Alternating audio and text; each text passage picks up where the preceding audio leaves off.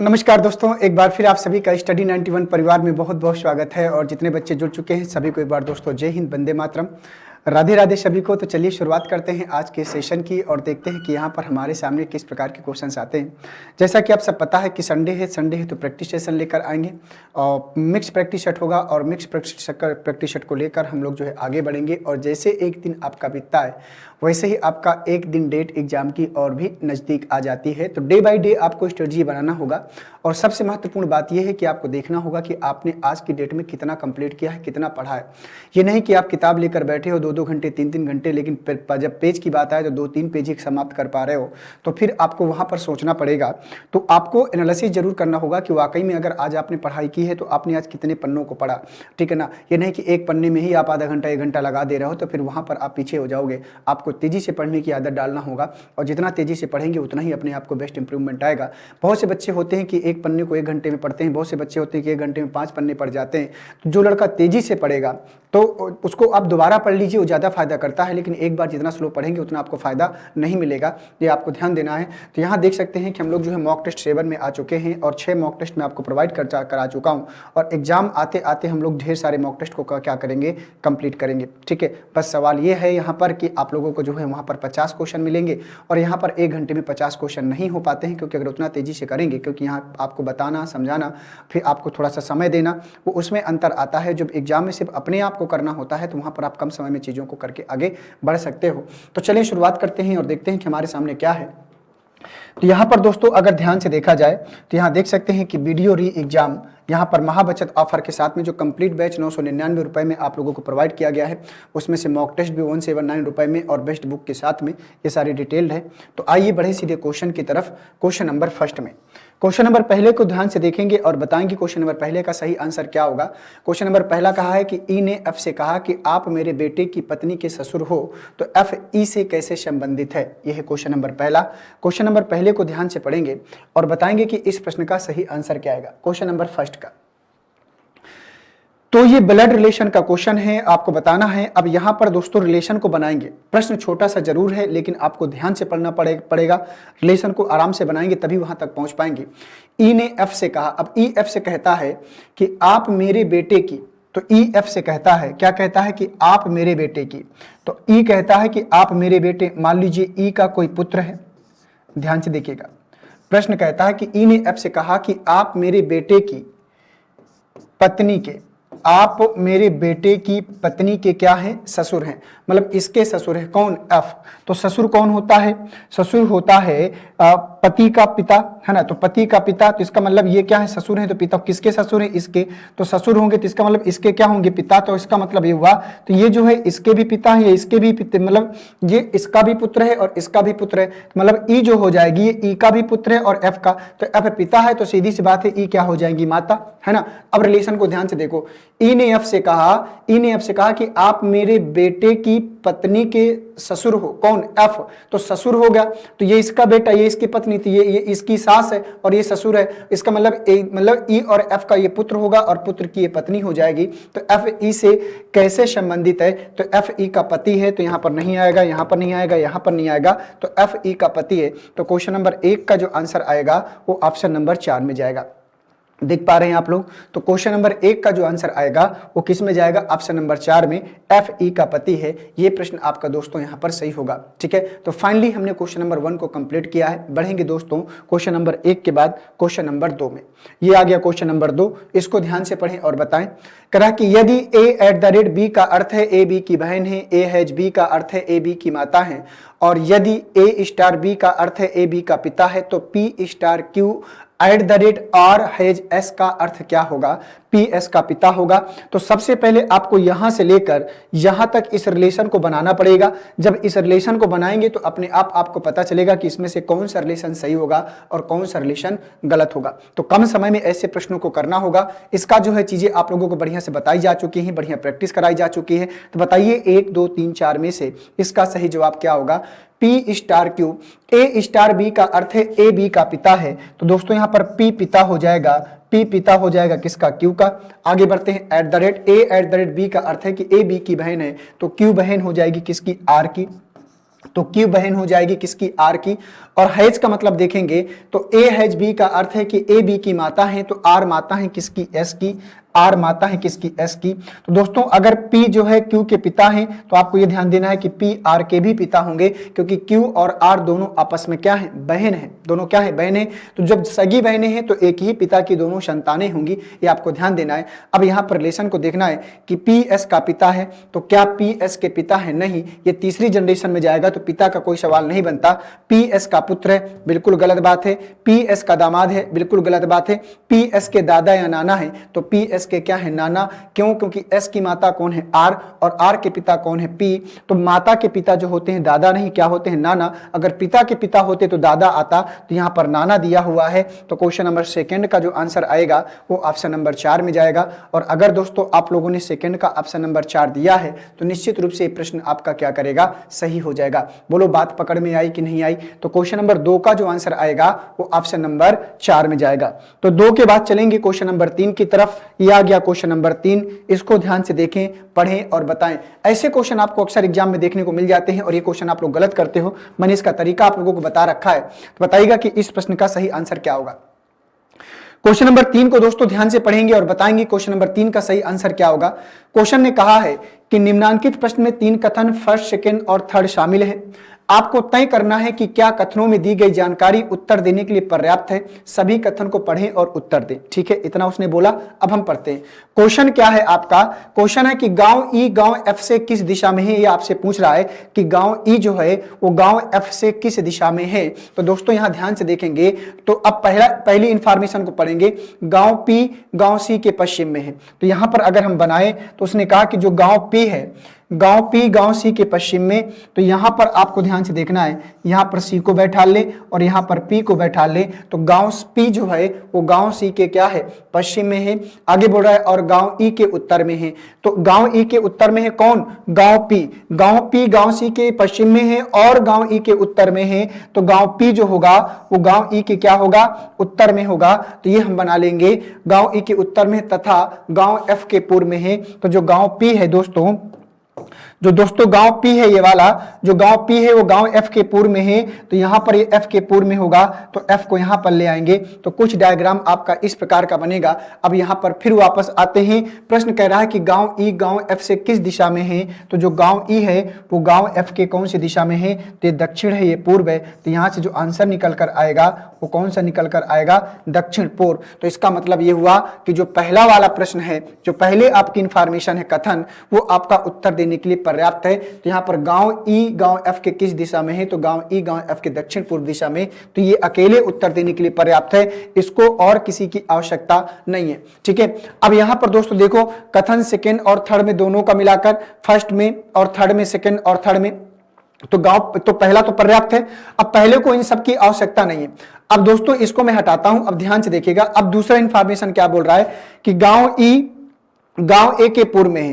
तो जो गांव ई है, जो गांव ई है वो गांव ए के क्या है, पूर्व में। तो गांव ई गांव ए के क्या है, पूर्व में। तो ये हमने बनाया गांव ई गांव ए के क्या है, पूर्व में। तो गांव ई गांव ए के पूर्व में है। अब ये बताओ क्या सेकंड वाला उत्तर दे। अब प्रश्न क्या पूछा, प्रश्न यही रहेगा सबके लिए, इसके लिए भी, इसके लिए भी और इसके लिए भी। ठीक है, प्रश्न कह रहा है कि गांव ई गांव एफ से किस दिशा में। तो जब यहां पर एफ कहीं आया ही नहीं है तो कैसे बता पाएंगे। तो इसका मतलब जो सेकंड कथन है वो उत्तर देने के लिए पर्याप्त नहीं है। जो सेकंड कथन है वो उत्तर देने के लिए पर्याप्त नहीं है। अब तीसरा वाला कह रहा है कि गांव ए गांव एफ के दक्षिण में है। तो गांव ए गांव एफ के दक्षिण में, तो जो गांव ए है, जो गांव ए है वो गांव एफ के क्या है, दक्षिण में। तो गांव ए गांव एफ के दक्षिण में। अब यहां पर कह रहा कि गांव ई गांव एफ से किस दिशा में है। तो यहां पर ई आया ही नहीं है, तो ये भी अकेले उत्तर देने के लिए पर्याप्त नहीं है। लेकिन पहला वाला उत्तर देने के लिए क्या है, अकेले पर्याप्त है। अब हम करेंगे क्या, जब ये दोनों अकेले उत्तर देने के लिए पर्याप्त नहीं है तो इन दोनों को अब साथ में मिला लेंगे।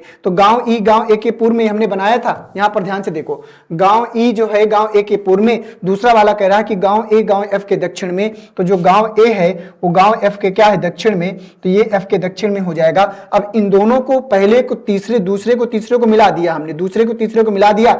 अब कह रहा है कि गांव ई गांव F से किस दिशा में है, तो जो गांव ई है वो गांव F से कौन सी दिशा में है, तो दक्षिण पूर्व दिशा में है। कौन सी दिशा में, दक्षिण पूर्व दिशा। यहां भी आया, दक्षिण पूर्व दिशा यहां भी आया। मतलब जब दोनों को मिला देंगे तो अकेला ये अकेले पर्याप्त है और दूसरा तीसरा दोनों मिलकर पर्याप्त है। तो यहां पर उसने बोला है कि फर्स्ट, सेकेंड और थर्ड तीनों कथनों में दी गई जानकारी कुल मिलाकर उत्तर देने के लिए पर्याप्त है। तो फर्स्ट अकेले, सेकेंड और थर्ड तीनों कथन जब इनको दोनों को मिला देंगे तो उत्तर देने के लिए पर्याप्त होगा। तो इसका जो आंसर होगा वो किस में जाएगा, ऑप्शन नंबर तीसरे में। तो तीसरे का जो आंसर होगा वो ऑप्शन नंबर तीसरे में जाएगा। और अगर आप लोगों ने तीसरे का तीसरा दिया है तो निश्चित रूप से प्रश्न आपका सही होगा। 3 के बाद चलेंगे क्वेश्चन नंबर 4 में। ये आ गया क्वेश्चन नंबर 4 करा कि निम्न श्रृंखला में दिए गए विकल्पों में से प्रश्न चिन्ह के स्थान पर कौन सी संख्या होनी चाहिए। ये है क्वेश्चन नंबर 4। क्वेश्चन नंबर 4 को ध्यान से पढ़िएगा और बताइएगा कि इस प्रश्न का सही आंसर क्या होगा। निम्न श्रृंखला में प्रश्न बोल रहा है कि निम्न श्रृंखला में दिए गए विकल्पों में से प्रश्न चिन्ह के स्थान पर कौन सी संख्या होनी चाहिए, ये आपको बताना है। तो बताइएगा कि प्रश्न चिन्ह के स्थान पर कौन सी संख्या आएगी। तो चलिए कोशिश करिए और बताइए कि इस प्रश्न का सही आंसर क्या हो जाएगा।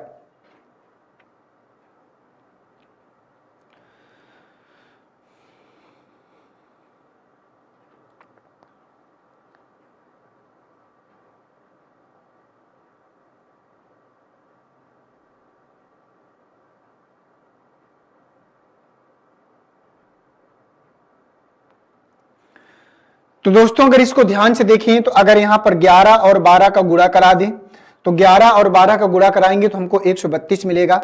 और यहां पर अगर हम 9 और 8 का गुणा करा दें तो यहां पर 9 ठीक कितना मिलेगा, 72 मिलेगा। ठीक है, 9 ठीक कितना मिलेगा, 72 मिलेगा। इसके बाद यहां पर 13 और 14 का गुणा करा दें तो यहां पर 13 और 14 का गुणा करा दें तो 182 मिलेगा।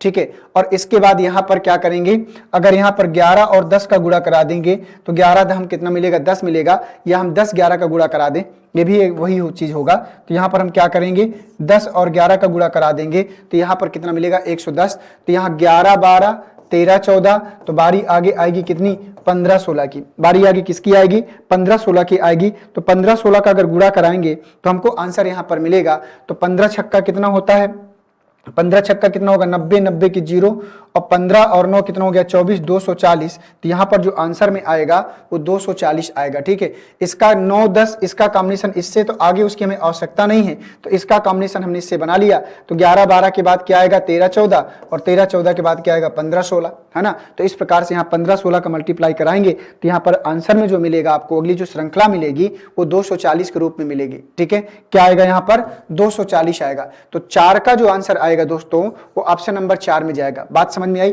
4 का जो आंसर आएगा वो ऑप्शन नंबर 4 में जाएगा। तो 4 के बाद चलेंगे क्वेश्चन नंबर 5 में। क्वेश्चन नंबर 5 कह रहा है कि निम्न विकल्पों में से कौन सा आरेख इन संबंधों को दर्शाता है। तो वनस्पति जगत, आवृत्तिबीजी और पाइनस। तो आवृत्तिबीजी और पाइनस दोनों वनस्पति जगत का पार्ट होते हैं, ये आप सबको पता है। तो जो वनस्पति जगत के अंतर्गत आवृत्तिबीजी मतलब एंजियोस्पर्म भी मिलता है और पाइनस भी मिलता है। लेकिन आवृत्तिबीजी में और पाइनस में आपस में कोई रिलेशन होता है क्या, तो आवृत्तिबीजी में और पाइनस में दोस्तों आपस में कोई रिलेशन नहीं होता, लेकिन दोनों किसका हिस्सा है, दोनों वनस्पति जगत का हिस्सा है। और ऐसा ऑप्शन कहां है, ऑप्शन नंबर 4 में। तो 5वें का जो आंसर आएगा वो किस में जाएगा, ऑप्शन नंबर 4 में जाएगा। और अगर आप लोगों ने 5वें का ऑप्शन नंबर 4 किया है तो ये प्रश्न आपका निश्चित रूप से क्या करेगा, सही हो जाएगा। ठीक है, तो ये देखो, ये प्रश्न आप लोगों को पता होगा कि जिन बच्चों को आवृत्तिबीजी, एंजियोस्पर्म और पाइनस के बारे में नहीं पता, वनस्पति जगत के बारे में तो आपको पता है, मुझे पता है, लेकिन दिक्कत आपको यहां आ सकती है कि आपको एंजियोस्पर्म, हो सकता है कि एक बार बहुत से बच्चों को एंजियोस्पर्म आवृत्तिबीजी के बारे में पता हो, लेकिन हो सकता है कि पाइनस भाग के बारे में ना पता हो। तो जब तक शब्दों का मतलब हमें नहीं पता होता तब तक रिलेशन को बनाना थोड़ा सा कठिन कार्य हो जाता है। तो क्वेश्चन नंबर 5वें का जो आंसर आएगा दोस्तों वो ऑप्शन नंबर किस में जाएगा, 4 में जाएगा। और अगर 5वें का आप लोगों ने ऑप्शन नंबर 4 किया है, अगर 5वें का आप लोगों ने ऑप्शन नंबर 4 किया है तो निश्चित रूप से तो ये प्रश्न आपका क्या होगा, सही होगा। अगर इसके सिवा अगर आप लोगों ने किया है तो फिर प्रश्न आपका गलत होगा। 5 के बाद चलेंगे क्वेश्चन नंबर 6 में। क्वेश्चन नंबर 6 में आगे बढ़ने से पहले यहां आप लोग देख सकते हैं कि स्टडी 91 के द्वारा जो बुक्स आप लोगों को प्रोवाइड की गई है उनकी कुछ डिटेल और इन्फॉर्मेशन है यहां पर। तो हिंदी की किताब है, यूपी टेट की, वीडियो की, ROARO, यूपी ट्रिपल एस पेट, यूपी ट्रिपल एस पेट का प्रैक्टिस बुक भी है, लेखपाल की कॉम्बो बुक है, ग्रामीण विकास लेखपाल, सामान्य हिंदी लेखपाल, सामान्य अध्ययन लेखपाल और सामान्य गणित लेखपाल, मतलब सारी बुक्स आप लोगों को यहाँ पर बढ़िया से प्रोवाइड की गई हैं। आइए चलते हैं क्वेश्चन नंबर 6 की तरफ। फिर से उसी प्रकार का क्वेश्चन है। क्वेश्चन नंबर 6 को ध्यान से पढ़ेंगे आप लोग और बताएंगे कि क्वेश्चन नंबर 6 का सही आंसर आप सब लोगों के अकॉर्डिंग क्या आएगा।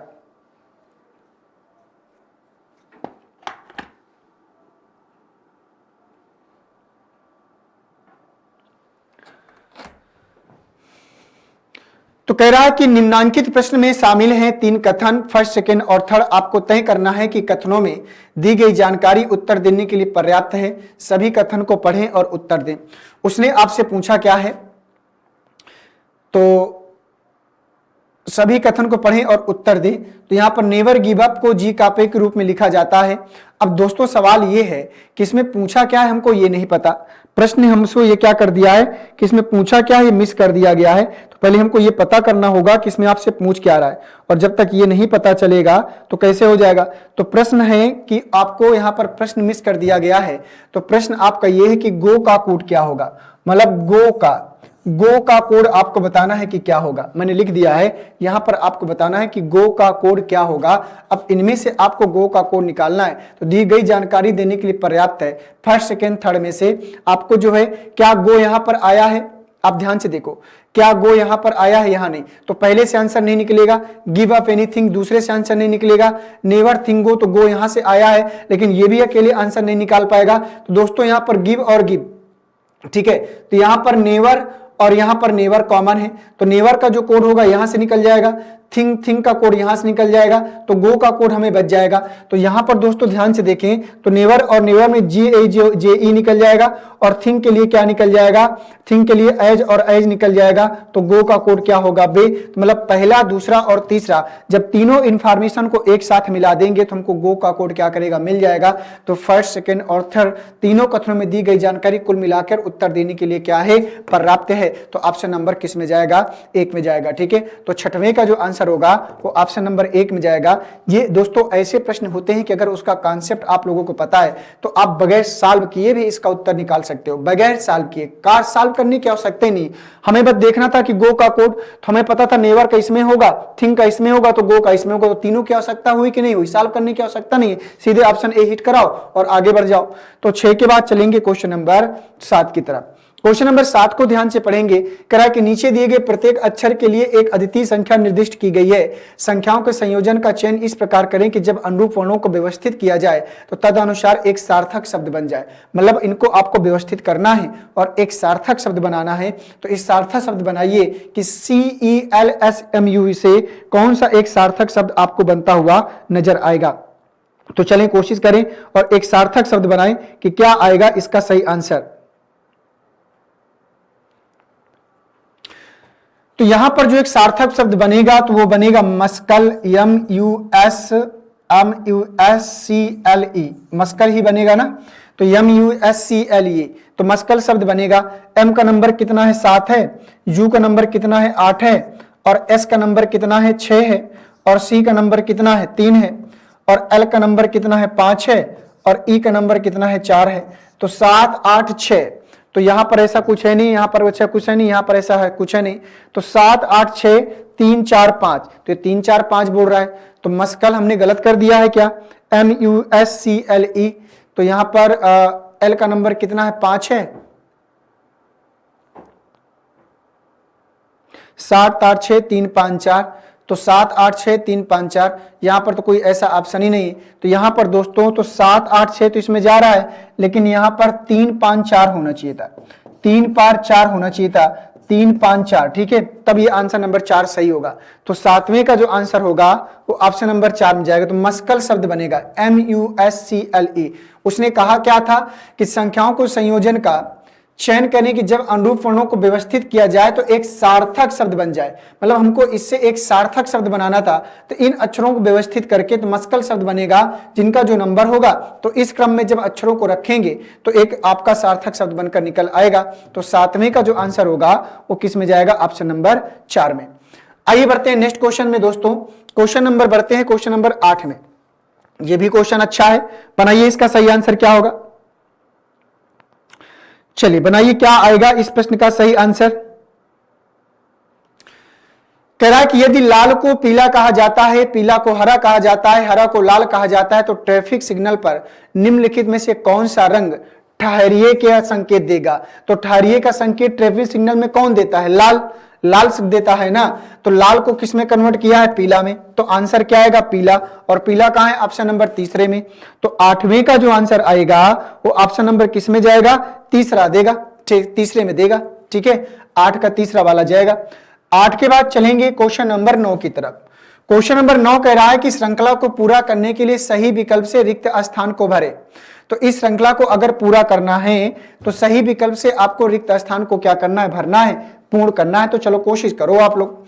तो दोस्तों यहां से देखें अगर, तो 4 5 9, 9 और 5 कितना हो गया? 14, 14 और 5 कितना हो जाएगा?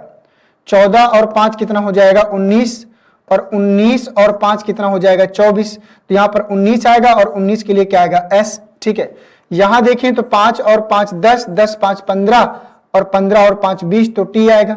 और 20 और 5 कितना हो गया? 25। यहां देख लीजिए, यहां देखें 2 5 7, 7 और 5 12, तो 12 और 5 कितना हो गया? 17। तो एस टी क्यू आएगा। और 17 5 कितना हो जाएगा? 22। तो एस टी क्यू आएगा। यहां पर नहीं है, यहां पर नहीं, यहां पर है, यहां पर नहीं है। तो क्वेश्चन नंबर 9 का जो आंसर होगा वो किस में जाएगा? तीसरे में। तो सब में यहां पर जो सीरीज चल रही थी वो +5 अक्षरों को क्या करके बना रहा था? इंक्रीज करके, मतलब प्लस करके बना रहा था। ठीक है, तो क्वेश्चन नंबर 9 का जो आंसर आएगा वो किस में जाएगा? ऑप्शन नंबर तीसरे में जाएगा। तो 9 के बाद चलेंगे क्वेश्चन नंबर 10 में। ये आ गया क्वेश्चन नंबर 10। इसको ध्यान से पढ़ेंगे और बताएंगे।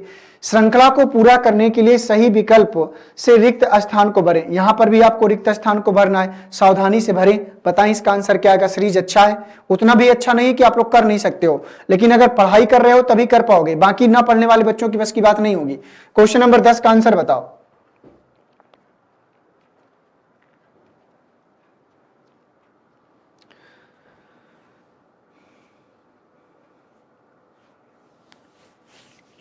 क्वेश्चन नंबर 10 बोल रहा है कि श्रृंखला को पूरा करने के लिए सही विकल्प से रिक्त स्थान को भरना है। तो बताइए इसमें से कौन सा आएगा? 1 आएगा, 2 आएगा, 3 आएगा या फिर 4 आएगा? चलो देखते हैं कितने बच्चे कर पाते हैं। तो यहां से देखा जाए तो 10 2 12, 12 2 14, 14 2 16, 16 2 18, 18 2 20, तो 20 और 2 कितना आएगा? 22, और 22 के लिए वी। तो वी कहां है? सब में है। आगे बढ़े। 1 और 4 5, 5 और 4 9, 9, 1 और 4 5, ए ई आई ओ यू।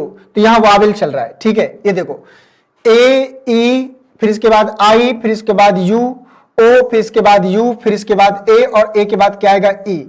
ठीक है, यहां पर वावेल का कॉन्सेप्ट लिया, फिर से समझो। ए ई आई ओ यू, फिर से ए और फिर से ई आएगा। क्लियर? अब आगे आ जाओ। तो यहां देखो 13 में 2 कम कर दिया 11, 11 में 2 कम कर दिया 9, और 9 में 2 कम कर दिया तो कितना आया? 7, 7 में 2 कम कर दिया तो 5, और 5 में अगर 2 कम कर देंगे तो कितना आएगा? 5 में 2 कम कर देंगे तो यहां पर 3, और 3 में 2 कम कर देंगे तो 1 आएगा, तो वी ई ए आएगा। तो वी ई ए यहां पर है नहीं है, वी ई ए यहां पर भी है, बी ई ए यहां पर भी है, बी ई बी यहां पर गलत हो गया। अब हमारे पास 2 और 4 बचा। अब अंकों के बारे में देखना है, तो अंकों के बारे में देखेंगे तो दोस्तों यहां पर 24 कैसे आएगा? अगर इन सबको जोड़ दिया जाए तो जे की प्लेस वैल्यू कितनी होती है? 10, ए की प्लेस वैल्यू कितनी होती है? 1, और एम की प्लेस वैल्यू 13। तो 13 10 कितना हो गया? 23, 23 और 1 कितना हो गया? 24। यही 24 तो हमको लाना था। इसमें देखें तो 12 और 5 कितना हो जाएगा? 17, प्लस 12 प्लस 5 और प्लस 11, 12 5 17, और 17 11 कितना हो जाएगा? 28। तो यहां पर 28 आएगा। इसी प्रकार से यहां पर भी हम करेंगे, वीईओ को सीधे कर लेते हैं। v की प्लेस वैल्यू 22 और e की प्लेस वैल्यू 5 और यहाँ पर 1, 5 1 6, 22 6 कितना हो जाएगा 28, तो VEA 28 आएगा। और VEA 28 कहाँ है? ऑप्शन नंबर सेकंड में, यहाँ 32 है तो ये गलत हो जाएगा। तो क्वेश्चन नंबर 10 का जो आंसर होगा वो सेकंड वाले में जाएगा। 10 का किस में जाएगा? सेकंड वाले में। बोलो बात पकड़ में आई कि नहीं आई है? बात पकड़ में आई। सीरीज कैसी थी? तो अच्छी सीरीज थी। ये जिस एग्जाम के आप लोग बैठने वाले हैं उस एग्जाम के लेवल की सीरीज थी और उम्मीद करता हूं कि आप लोग इसको जो है यहाँ पर इसको पकड़ पाए होंगे। ऑप्शन नंबर सेकंड आएगा और जिन बच्चों ने क्वेश्चन नंबर 10 का सेकंड वाला आंसर किया है उन बच्चों का प्रश्न सही होगा। 10 के बाद चलते हैं क्वेश्चन नंबर 11 में। तो क्वेश्चन नंबर 11 में दोस्तों अगर ध्यान से देखें तो उत्तर प्रदेश शिक्षक पात्रता परीक्षा यूपी टेट आप सब देख सकते हैं। तो 249 रुपए में यहाँ पर शिक्षक पात्रता परीक्षा और साथ में हिंदी का जो इंडिविजुअल बैच आप लोगों को प्रोवाइड किया गया है वो इसकी यहाँ पर इंफॉर्मेशन है। तो बढ़ेंगे क्वेश्चन नंबर 11 की तरफ। ये आ गया क्वेश्चन नंबर 11। इसको ध्यान से देखें और बताएं कि 11 का सही आंसर क्या आएगा। करा कि श्रृंखला को पूरा करने के लिए सही विकल्प से रिक्त स्थान को भरें। क्वेश्चन नंबर 11 कह रहा है कि श्रृंखला को पूरा करने के लिए सही विकल्प से रिक्त स्थान को भरें। AYCWEUIQ और KO और क्वेश्चन मार्क बताना है कि अगली जो श्रृंखला है वो क्या आएगी। देखो स्मॉल लेटर में जरूर है लेकिन आपको सीरीज को कैच करना है, इन अक्षरों के डिफरेंस को कैच करना है। डिफरेंस को कैच करेंगे तो आपको आंसर मिलेगा। चलो बताओ इसका आंसर क्या आएगा जल्दी से। क्वेश्चन नंबर 11 का आंसर क्या आएगा ये आप लोगों को बताना है।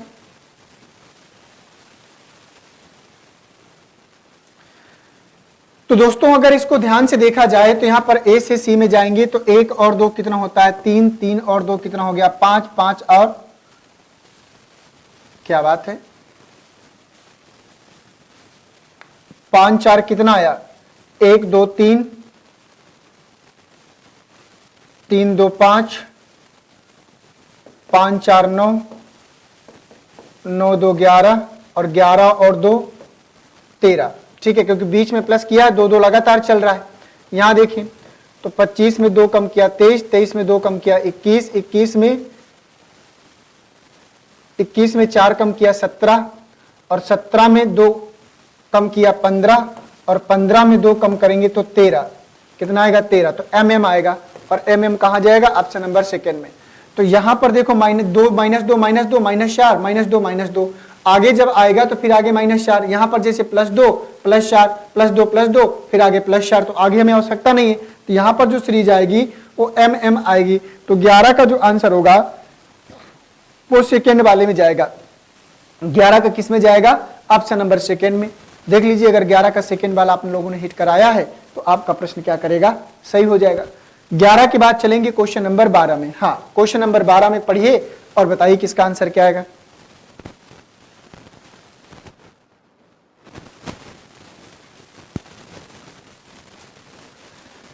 क्वेश्चन नंबर 12 कह रहा है कि सी के पास ई से ज्यादा पैसे हैं और ई के पास बी से ज्यादा पैसे हैं। सी ए के बाद दूसरा सबसे धनी है। इन चारों में से किसके पास सबसे कम पैसे हैं। क्वेश्चन नंबर 12 को ध्यान से पढ़ लें और बताएं कि इसका सही आंसर क्या हो जाएगा। बताइए सबसे कम पैसे किसके पास हैं। भाई देखो जो पढ़े लिख लेगा उसी के पास सबसे ज्यादा पैसे होंगे और जो नहीं पढ़ेगा जो खाने पीने के चक्कर में रहेगा तो खा पी के सब समाप्त करेगा, पैसा बचेगा नहीं, बाद में परेशानी आएगी। क्वेश्चन नंबर 12 कह रहा है कि सी के पास ई से ज्यादा पैसे हैं। तो सी के पास जो है ई से ज्यादा पैसे हैं। सी के पास ई से ज्यादा पैसे हैं और ई के पास बी से ज्यादा पैसे हैं और ई के पास बी से ज्यादा पैसे हैं। सी ए के बाद दूसरा सबसे धनी है। तो जो सी है वो ए के बाद दूसरा सबसे धनी है। इसका मतलब ए सबसे धनी हो गया। इन चारों में से किसके पास सबसे कम पैसे हैं। तो सबसे कम पैसे मिस्टर बी के पास और मिस्टर बी कहाँ है ऑप्शन नंबर तीसरे में। तो क्वेश्चन नंबर 12 का जो आंसर आएगा वो तीसरे में जाएगा। 12 का तीसरा वाला जाएगा। देख लीजिए आप लोगों ने 12 का तीसरा दिया है कि नहीं दिया है। अगर दिया है तो बहुत बढ़िया, नहीं दिया है तो दुखी मनाइए। क्वेश्चन नंबर 12 के बाद चलते हैं क्वेश्चन नंबर 13 में। करा कि निम्न अक्षरों और संख्याओं की श्रृंखला पर विचार करें। दाईं ओर से 15वें अक्षर के दाईं ओर 5वें स्थान पर क्या आएगा। चलो बताओ दाईं ओर से 15वें अक्षर के दाईं ओर 5वें स्थान पर क्या आएगा। क्वेश्चन नंबर 13 इसको ध्यान से पढ़ें और बताएं कि इस प्रश्न का सही आंसर क्या आएगा। देखते हैं कितने लोग कर पाते हैं सही। छोटा सा क्वेश्चन है और कल की क्लास में एक ऐसा क्वेश्चन आया भी था आप सबके सामने।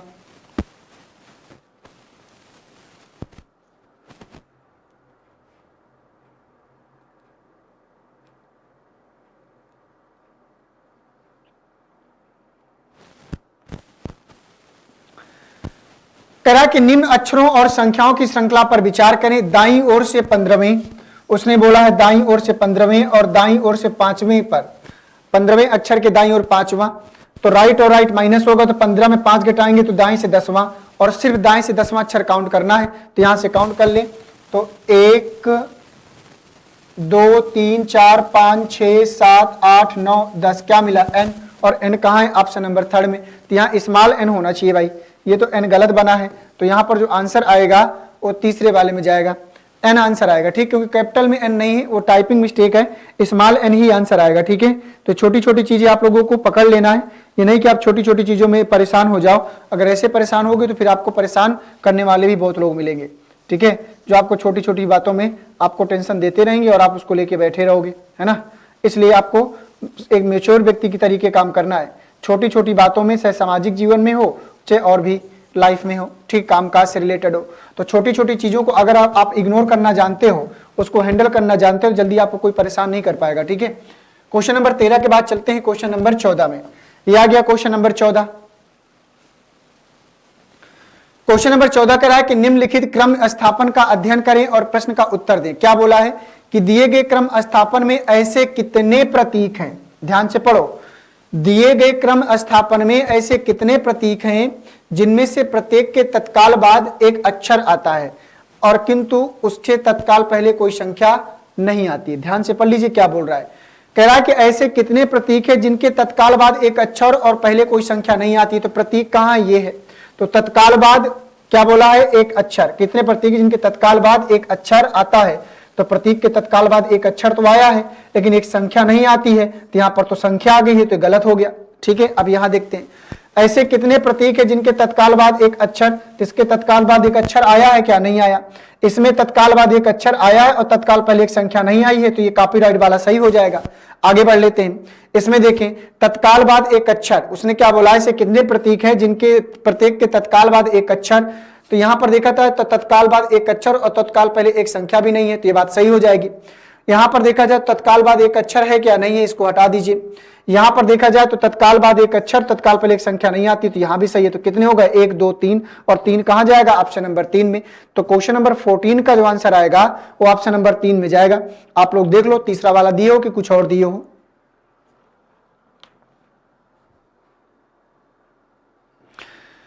तो जब इस प्रकार के कोई प्रश्न आते हैं कॉमन सेंस के ऊपर, तो वहां पर आप लोगों को एक चीज का जरूर ध्यान देना होगा कि आप लोग सतर्क हो जाइएगा।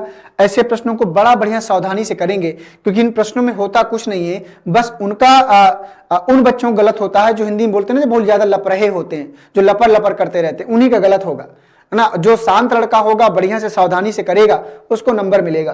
तो 14 का जो आंसर होगा यहां पर 14 का तीसरा वाला जाएगा। इसलिए एग्जाम में एक जो होता है ना, जो आप लोगों के अंदर चुल्ल होती है, उस चुल्ल को बाहर छोड़ के जाना, अगर चुल्ल रहेगी ना तो फिर कहीं ना कहीं क्वेश्चन आप गलत करके आओगे।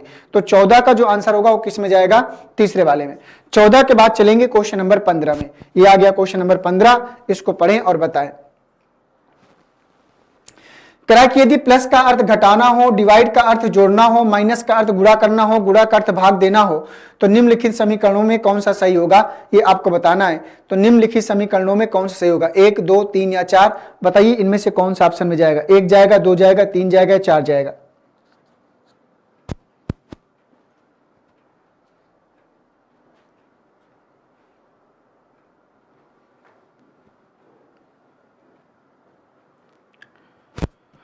क्वेश्चन है, आपको मैं थोड़ा सा समय दे रहा हूं, उस समय का लाभ उठाएं और बताएं किसका सही आंसर क्या होगा।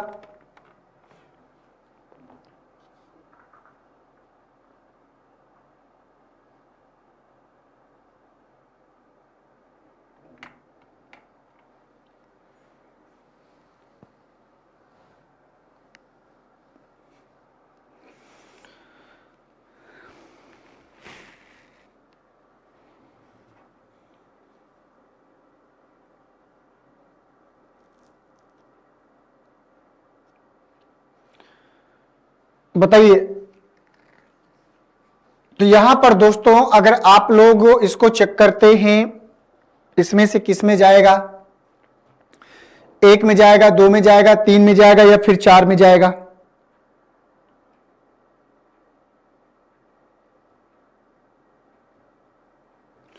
आप सेकेंड वाले को चेक करें, सेकेंड वाले को, यहां पर 8 आया, डिवाइड का मतलब क्या है, यदि डिवाइड का अर्थ जोड़ना हो तो प्लस कितना हो जाएगा 44, माइनस का मतलब क्या है, माइनस का अर्थ गुणा करना हो तो गुणे कितना हो जाएगा 5, ठीक है। प्लस का अर्थ क्या हो, घटाना, तो माइनस कितना हो जाएगा 25 और बराबर हमें लाना है कितना 203, ठीक है। तो सबसे पहले यहां पर गुणा करेंगे तो 5 चौको 20, 5 चौको 20 और 2 22 और प्लस कितना है 8 और माइनस कितना है 25 और बराबर कितना है 203, है ना। तो यहां पर कितना बचेगा, 220 में 25 घटा देंगे तो बचेगा 8 प्लस 195 और बराबर 203। तो 195 यहां कितना हो जाएगा 203 और 203 बराबर कितना हो जाएगा 203, समीकरण हुआ बराबर। तो आंसर जाएगा सेकेंड वाले में। तो 15 का जो आंसर होगा वो सेकेंड वाले में जाएगा। और अगर आपने 15 का सेकेंड वाला पकड़ लिया है तो प्रश्न आपका सही हो जाएगा। पर्याप्त समय मैंने दिया, ये नहीं कोई कह सकता कि सर कैलकुलेशन ज्यादा था, इतने समय में नहीं आएगा तो फिर आप समय ज्यादा ले रहे हो। 15 के बाद चलेंगे क्वेश्चन नंबर 16 में। तो यहां देख सकते हैं वीडियो ग्राम विकास अधिकारी का नया बैच प्रारंभ हो चुका है महाबचत ऑफर के साथ में 999 रुपए में। अगर वीडियो के आप बैच के साथ जुड़ना चाहते हैं तो आप लोग जुड़ सकते हैं। बढ़ेंगे क्वेश्चन नंबर 16 की तरफ। ये आ गया क्वेश्चन नंबर 16, इसको ध्यान से पढ़ लीजिए और बताइए कि इसका सही आंसर क्या आएगा। किराए के नीचे दिए गए परिचालनों, चिन्हों और संख्याओं को परस्पर बदलने के बाद सही समीकरण का चयन करें। चिन्ह गुणा और प्लस तथा संख्या 7 और 6। बताएं कि इसका सही आंसर क्या आएगा। ध्यान से देख लें और बताएं कि इसमें से क्या किया जा सकता है।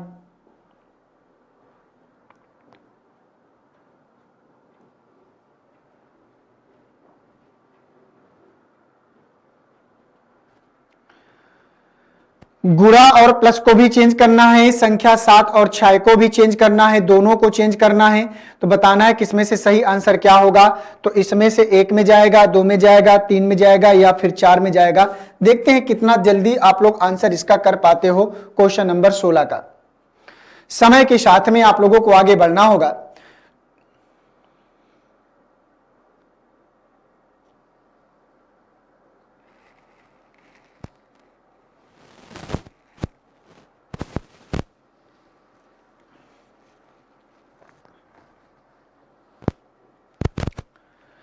आइए देखते हैं यहां पर क्या कर सकते हैं। दोस्तों यहां पर अगर प्लस और माइनस 7 और 6 की ऑप्शन नंबर 4 में करें तो यहां पर बोला कि 7 और 6 को चेंज करना है तो यहां पर 24 आएगा। और गुणा और प्लस को चेंज करेंगे तो यहां पर गुणा की जगह क्या हो जाएगा प्लस, 6 की जगह क्या हो जाएगा 7 और यहां पर गुणे की जगह कितना हो गया 6 और बराबर कितना आएगा 66। तो 7 छंग कितना हो गया 42। तो 24 और प्लस कितना हो जाएगा 42 बराबर कितना 66 लाना है। 4 2 6 4 2 6 तो 66 बराबर 66, समीकरण हो गया बराबर। और ये किस में जाएगा ऑप्शन नंबर 4 में। तो 16 का जो आंसर होगा वो ऑप्शन नंबर किस में जाएगा 4 में। अगर 16 का 4 वाला आप लोगों ने बोला होगा तो आपका प्रश्न सही होगा, ठीक है ना। तो 16 का किस में जाएगा ऑप्शन नंबर 4 में जाएगा। 16 के बाद चलेंगे क्वेश्चन नंबर 17 में। क्वेश्चन नंबर 17 आ गया, इसको ध्यान से पढ़ें और बताएं किसका आंसर क्या आएगा।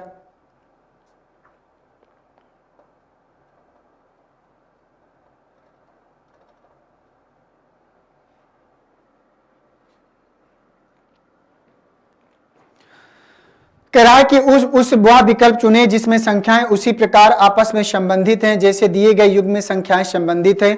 ये क्वेश्चन नंबर 17।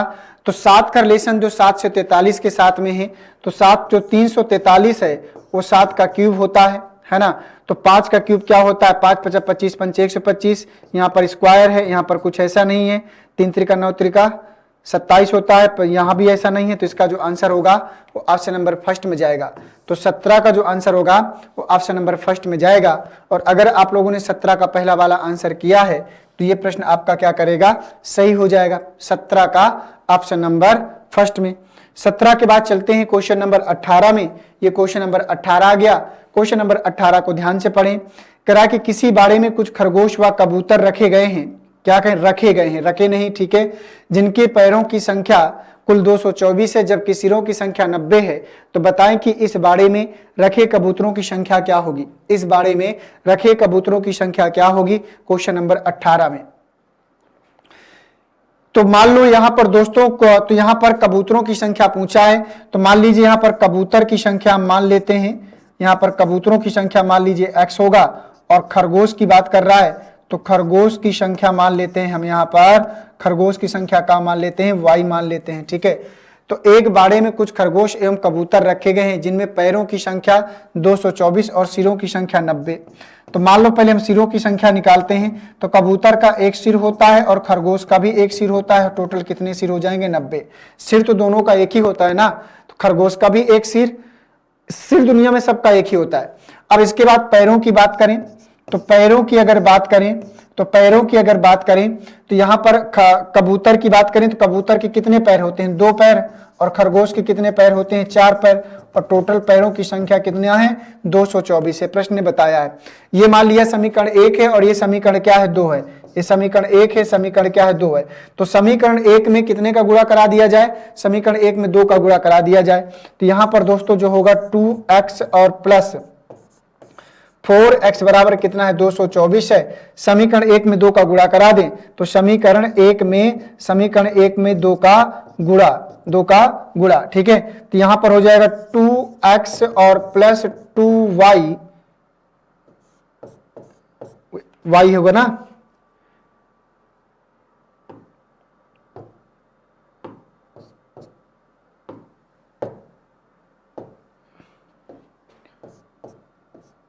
ठीक है। तो 2x प्लस 4y बराबर 224, 2x प्लस 2y बराबर कितना हो जाएगा? तो 90 में 2 का गुणा कराएंगे तो 9 दूना 18, 180। अब समीकरण में साइन को चेंज कर लेते हैं तो यहां पर क्या हो जाएगा? 2x से 2x कैंसिल हो जाएगा, 4y में 2y घटा देंगे तो यहां पर 2y बचेगा और 2y बराबर यहां पर घटाएंगे तो यहां पर 4 आएगा और 12 में 8 जाएगा, 4 आएगा तो y बराबर कितना आएगा? 22। y की वैल्यू कितनी आई? 22। लेकिन यहां पर y किसकी संख्या है? खरगोश की। हमसे पूछा क्या है? कबूतरों की। तो टोटल कितने थे? 90। तो y की वैल्यू यहां रख देंगे तो x की वैल्यू निकल आएगी। तो x बराबर 90 में हम क्या करेंगे? 22 घटा देंगे, 10 में 2 जाएगा 8 और यहाँ 8 में 2 जाएगा 6, तो 68। और 68 कहाँ जाएगा? ऑप्शन नंबर तीसरे में। तो 18 का जो आंसर आएगा वो तीसरा आएगा। मतलब यहाँ पर देखा जाए तो यहाँ पर कबूतर की संख्या 68 है और खरगोशों की संख्या कितनी है? 22 है। तो 68 और 22 टोटल यहाँ पर आपके 90 निकल कर आ जाएंगे, ठीक है। तो ये हो गया आपका 18 का जो आंसर होगा वो तीसरे वाले में जाएगा। अगर आप लोगों ने 18 का तीसरा वाला आंसर किया है तो ये प्रश्न आपका सही हो जाएगा। आइए बढ़ते हैं क्वेश्चन नंबर 19 में। ये आ गया क्वेश्चन नंबर 19। क्वेश्चन नंबर 19 को ध्यान से देखेंगे। क्वेश्चन नंबर 19 कह रहा है कि दिए गए प्रश्न के अनुसार नीचे दिए गए प्रश्न के अनुसार दिए गए कथनों को पढ़ें और तय करें कि प्रश्न का उत्तर देने के लिए कौन सा कथन पर्याप्त है। 18 पेनों की कुल लागत क्या होगी यदि इनमें से प्रत्येक की कीमत समान है? ये आपको बताना है। तो बताइएगा कि इस प्रश्न का सही आंसर क्या होगा। उसने कहा कि 18 पहले देने के लिए कौन सा कथन पर्याप्त है? कथन 1 पर्याप्त है, कथन 2 पर्याप्त है, 2 पर्याप्त नहीं है, दोनों मिलकर साथ में पर्याप्त है। कह रहा कि प्रत्येक पेन की लागत 1/4। 18 पेनों की कुल लागत क्या होगी यदि इनमें से प्रत्येक की कीमत समान है? मतलब 18 पेन है और हर पेन की कीमत क्या है? समान है। उसने कहा कि प्रत्येक पेन की लागत का 1/4 50 रुपए। मान लो प्रत्येक पेन की लागत का 1/4 कितना है? 50 रुपए। तो 1/4 तो 50 गुणे कितना हो जाएगा? पहले से ध्यान से देखिए, पहले वाले से। तो 50 में हम 4 का गुणा करा दें तो 50 गुणे 4 5 को 200, मतलब एक पेन की कीमत 200 रुपए। तो इसका मतलब है ये आंसर निकालने के लिए 18 पेनों की कुल लागत, तो 18 दुनाई 36, 18 पेनों की कुल लागत पूछ रहा था। 200 में 18 गुणा करा देंगे 3600 मिल जाएगा। तो यहाँ पर टोटल मिल जाए। यहाँ पर 3 पेनों की कुल लागत 2 पेनों की कुल लागत से 200 रुपए अधिक है। तो यहां से भी तो 3 पेनों की कुल लागत 2 पेनों की कुल लागत से, तो मान लो 3 पेनों की कुल लागत 3x हो जाएगी और 2 पेनों की कुल लागत 2x हो जाएगी। अधिक कितना है? 200। अधिक कितना है? 200। तो x बराबर कितना आएगा? 200। तो एक पेन की कीमत 200 यहां भी है, एक पेन की कीमत 200 यहां भी है। ये भी अकेले प्रश्न का उत्तर देने के लिए पर्याप्त है, ये भी दोनों पर्याप्त है। तो यहां पर अकेला कथन फर्स्ट पर्याप्त है जबकि सेकंड नहीं भैया 2 सेकंड भी पर्याप्त है।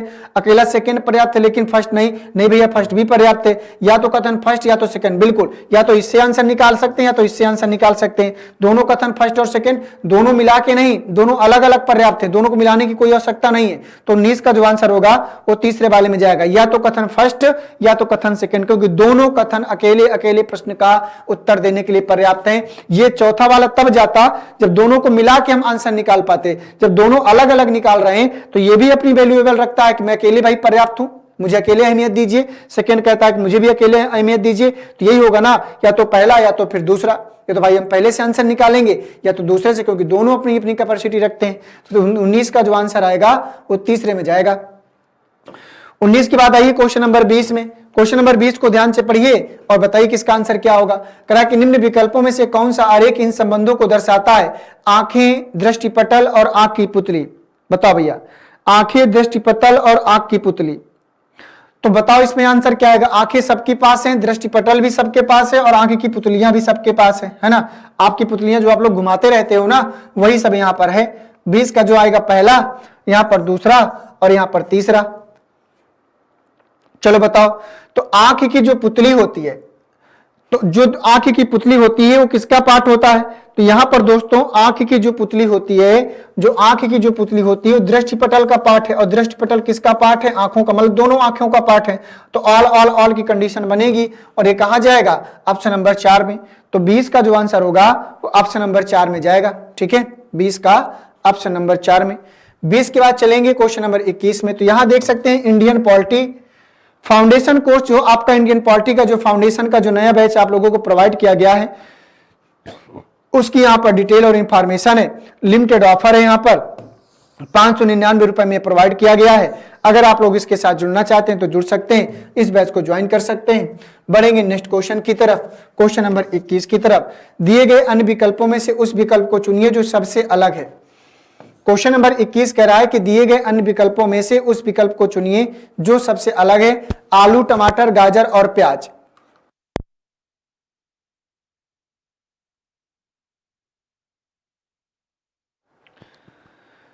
बताओ भैया, आलू, टमाटर, गाजर और प्याज, इनमें से क्या अलग होगा?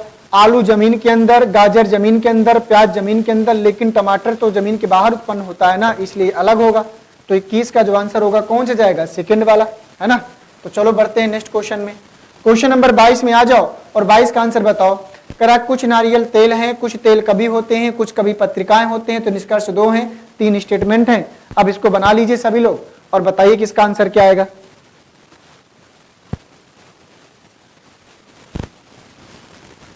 क्वेश्चन नंबर 22 क्या बोल रहा है कि कुछ नारियल तेल हैं। तो नारियल का कुछ पार्ट यहां से बनाने की शुरुआत करते हैं। तो नारियल का कुछ पार्ट हमें किसको देना है? तेल को। बना लिया। कुछ तेल कभी है, तो तेल का कुछ पार्ट हमें किसको देना है? कभी को देना है। आगे बढ़ते हैं। कुछ कभी पत्रिकाएं हैं, तो कभी का कुछ पार्ट हम किसको देंगे? पत्रिकाओं को देंगे। कभी का कुछ पार्ट हम किसको देंगे? पत्रिकाओं को देंगे। ये भी हमने बना लिया। बोलो बना लिया। अब पूछा क्या है? कुछ कभी तेल हैं, तो भैया अगर कुछ तेल कभी हैं तो कुछ कभी भी तेल होगा। कुछ नारियल कभी हैं, तो नारियल का कभी का रिलेशन संदेहपूर्ण है, इसलिए गलत है। पहला वाला कहां जाएगा? ऑप्शन नंबर तीसरे में, केवल फर्स्ट अनुसरण करता है। तो 22 का जो आंसर होगा वो ऑप्शन नंबर 3 में जाएगा, केवल फर्स्ट अनुसरण करता है। 22 का तीसरा वाला। आइए बढ़ते हैं क्वेश्चन नंबर 23 में। चलिए क्वेश्चन नंबर 23 क्या बोल रहा है कि एक दलील दी हुई है, कह रहा है कि निम्नलिखित वाक्यों को पढ़ें और जवाब दें कि निम्न दलीलों में से कौन सी प्रबल है।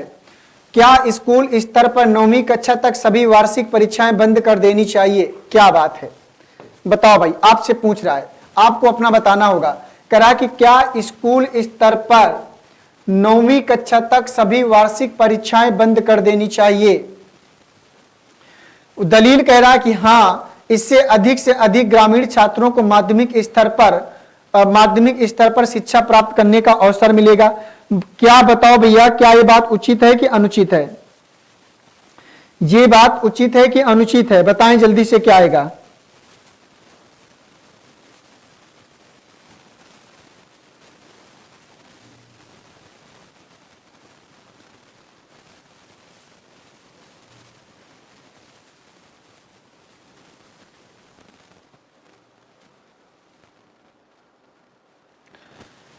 कह रहा है यहां पर प्रश्न कहा है कि हाँ, इससे अधिक से अधिक ग्रामीण छात्रों को माध्यमिक स्तर पर शिक्षा प्राप्त करने का अवसर प्राप्त होगा। भैया मैं तो इससे सहमत नहीं हूं। क्या बच्चों ये बताइए कि सरकार जो अभी एग्जाम करा रही है 9वीं के स्तर तक पर, तो क्या इसका मतलब है कि उनका विकास नहीं हो रहा, आगे की शिक्षा नहीं पा रहे हैं? ये तो गलत बात है ना। परीक्षा बंद करने से लड़कों का नुकसान ही होगा। नहीं यह छात्रों को कॉलेज स्तर की शिक्षा हासिल करने में मदद नहीं करेगा। अब कह रहा है कि नहीं यह छात्रों को कॉलेज स्तर तक की शिक्षा हासिल करने में मदद नहीं करेगा। तो बताइए, दूसरा कह रहा है कि नहीं यह छात्रों को कॉलेज स्तर तक की शिक्षा हासिल करने में मदद नहीं करेगा अगर आप ऐसा करते हैं। बताइए इसका कौन सा प्रबल होगा। तो यहाँ पर सेकेंड दलील प्रबल नजर आ रही है, क्योंकि भाई हम इसको नहीं बंद कर सकते।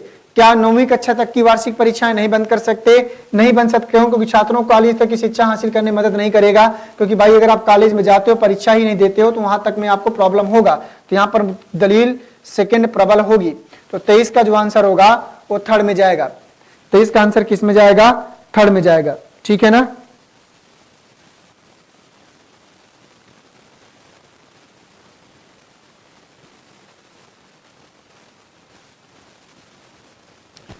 तो 23 के बाद चलेंगे क्वेश्चन नंबर 24 की तरफ। क्वेश्चन नंबर 24 यहां पर आ गया आप सबके सामने। करा कि कुछ कागज इस्पात हैं, सारे इस्पात धातु हैं, सभी धातुएं काली हैं। तो यहां पर आपको बताना है कि इनमें से कौन सी बात सत्य होगी और कौन सी बात असत्य होगी।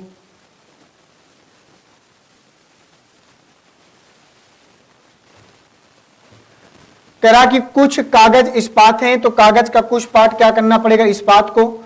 तो कुछ कागज इस्पात हैं, तो मान लीजिए ये कागज है, तो कुछ कागज क्या है? इस्पात हैं। तो ये दोस्तों इस्पात हो जाएगा। और सारे इस्पात धातु हैं, तो जितने भी इस्पात हैं वो सारे के सारे क्या हैं? धातु हैं। ये हो जाएगा। फिर कह रहा है कि सारी धातुएं काली हैं, तो जितनी भी धातुएं हैं वो सारी की सारी क्या हैं? काली हैं। तो जितनी भी धातुएं हैं वो सारी की सारी क्या है? काली हैं। अब यहां पर दोस्तों ध्यान से देखेंगे तो डायग्राम आपका कुछ इस प्रकार से बनेगा। कुछ कागज धातु हैं, तो कुछ कागज धातुएं, बात सही है। सारा इस्पात काला है, तो सारा इस्पात काला है, ये भी बात क्या है? सही है। तो फर्स्ट और सेकेंड दोनों अनुसरण करता है।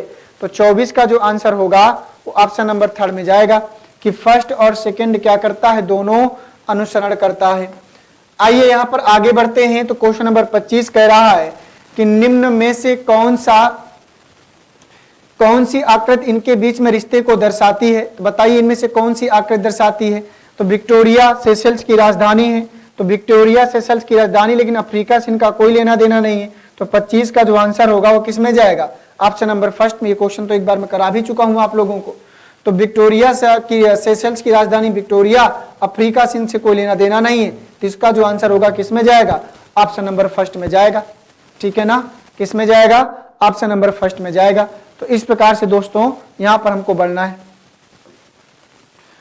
तो चलिए ये इस प्रकार से यहां देख सकते हैं कि यूपी पुलिस कांस्टेबल का जो नया बैच प्रारंभ हुआ है, ये कंप्लीट कोर्स बैच आप लोगों को पता है कि 1499 रुपए में। और एक आप लोगों को मैं एक इन्फॉर्मेशन दे दूं। इन्फॉर्मेशन ये है दोस्तों कि यहां पर अगर आप लोगों को एक बात बताई जाए तो अभी भी यहां पर यूपी पुलिस का जो वैकेंसी है वो मई के लास्ट तक आने की संभावना नहीं है, क्योंकि ये अब नोटिफिकेशन इसका जून तक ही संभव हो पाएगा। इस महीने तो शायद उम्मीद नहीं है कि पुलिस का आपका नोटिफिकेशन आ पाए। तो अभी भी आपके पास गोल्डन अपॉर्चुनिटी है। वैकेंसी लेट हो रही है, अपने तैयारी को इतना मजबूत कर लीजिए, बेहतर कर लीजिए कि अगर वैकेंसी आए तो फिर वहां से एक सीट आपसे कोई छीन ना पाए। क्यों? क्योंकि इसलिए कोई नहीं छीन सकता क्योंकि आपने इससे पहले त्याग किया है, मेहनत किया है, काम किया है। अगर काम करेंगे तो वाकई में आप वहां तक पहुंच पाएंगे। ठीक है। तो दोस्तों आज की श्रृंखला को हम लोग यहीं समाप्त करेंगे। बहुत बहुत धन्यवाद सभी को।